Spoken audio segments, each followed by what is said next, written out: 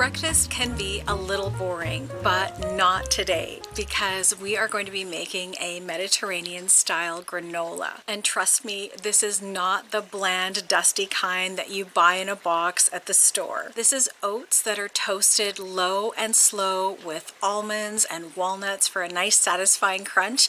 And we've got seeds and raisins or cranberries depending on your preference. And instead of refined sugar, we are going to be using a nice rich date paste to give a little bit of sweetness. And instead of coconut oil or seed oils, we're going to use a little bit of olive oil, which is like liquid gold. And the result is going to be a granola that's chewy and crunchy and fragrant, and it's going to make your whole kitchen smell amazing. This is wholesome and hearty enough for breakfast time, or you can just sneak a handful out of the jar when you feel like it. So today we're going to use a few simple ingredients to give granola a Mediterranean twist. So let's go ahead and make it. Now, I know what you're thinking. Granola, isn't that reserved for mountain hikers and yoga teachers and that friend you know that makes everything with chia seeds? Well, yes, but we're not just making any granola today. We're making a Mediterranean style one, which means it's not going to be a health food punishment. It's going to create this wonderful, rustic, flavorful, nourishing granola. Now we're going to look at the wonderful ingredients to make this granola, and we're going to need 2 cups of rolled oats, about a cup or so of dates, some walnuts, some almonds, some raisins, but you can substitute cranberries if you like, some pumpkin seeds, sunflower seeds, hemp seeds, and we'll also need a couple of tablespoons of olive oil. Now let's pause here for a second because you may notice something.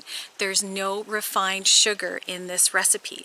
All we have for sweetener is dates. Now you can add honey or maple syrup to it if you like, but dates is what we're going to be using to make this a very softly sweetened granola. Now first we're going to deal with our dates. Take the pits out and pour about a cup of hot water over the top and let them soak for about 20 minutes. And this will soften them up nicely so we can blend them into a paste. Each ingredient we have supports good health, and the oats are one of the best sources of soluble fiber, which helps lower cholesterol and helps stabilize blood sugar. Now we're adding walnuts and almonds, which are noble Mediterranean nuts. Walnuts are rich in omega-3s, which love your heart and your brain.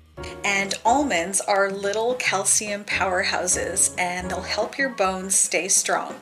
The sunflower seeds are bursting with vitamin E, which is a powerful antioxidant that protects your cells. Now we'll add pumpkin seeds, which are packed with magnesium, which is wonderful for calming the nervous system and helping with sleep. Now we'll put in some hemp seeds, which are a complete protein and a great source of healthy fats.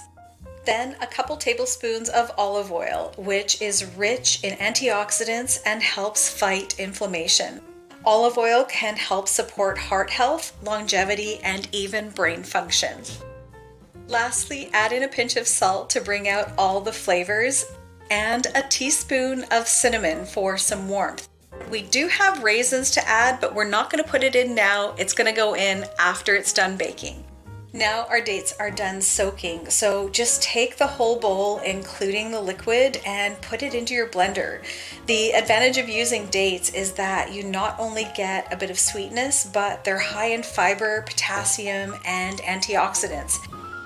They'll give you a slow release kind of sugar, which means you get energy without the roller coaster. And they contain compounds that help fight inflammation, so it's sweetness that can also help heal your body. Now we just add the date paste to our oat mixture and give it a good stir.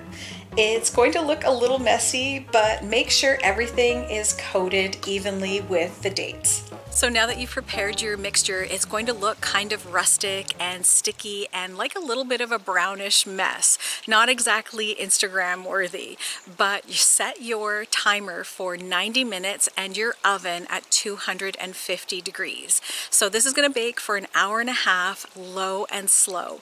And every 20 or 30 minutes, take your pan out, give it a little turn so that everything has a chance to toast evenly. Now I have to confess, one time I made granola and I didn't bother to stir it. I just put it in the oven because I figured, oh, it's at a low temperature, I don't need to bother stirring it.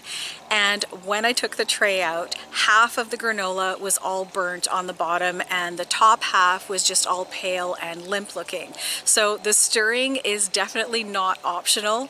It has to be done so that you can get a tray of perfect granola. After 90 minutes of baking, it should feel nice and dry, and then you can add raisins or any other dried fruit you'd like. Now, when you take your granola out of the oven, try to resist the temptation to eat it straight off the tray.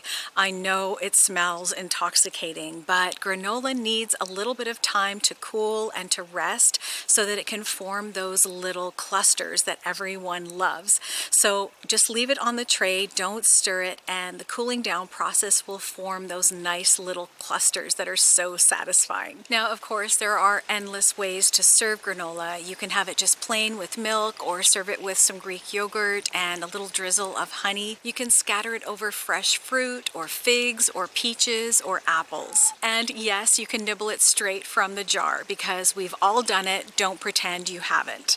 You'll want to keep your granola in an airtight container, and I've had no problem keeping it for a few weeks, though I'm sure you'll go through it way faster than that. I once heard a story about a woman who kept her homemade granola in a glass jar on the counter. And when her son came home from school, he would go to the jar and grab a handful of it while he was telling his mom about his day. Years later, when he grew older, he left to go to university, and his mom still kept making the granola because she said it was a way to help her feel close to her son when he was far away. And I really think that's the power of some of the things that we make, because it's not only nourishment, it's really a source of comfort sometimes and memories. Don't be afraid to experiment with it.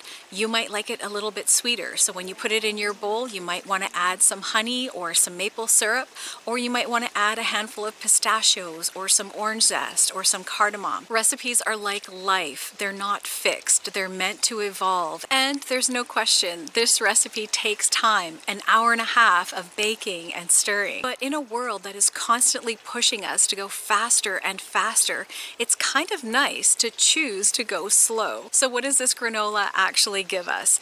In about a 2/3 cup serving, you're going to have about 300 calories, 5 grams of fiber, and 9 grams of protein. In other words, it's hearty, satisfying, and packed with goodness. It also nourishes your skin and hair with vitamin E and antioxidants. It helps digestion with fiber from oats, dates, and raisins. It boosts energy thanks to natural sugars, proteins, and healthy fats for balance. And the secret is simply this: good ingredients, prepared with care, and eaten with joy. I want to thank you so much for choosing to spend a little bit of your day with me. Many blessings to you and your families. Take care, and we'll catch you in the next one.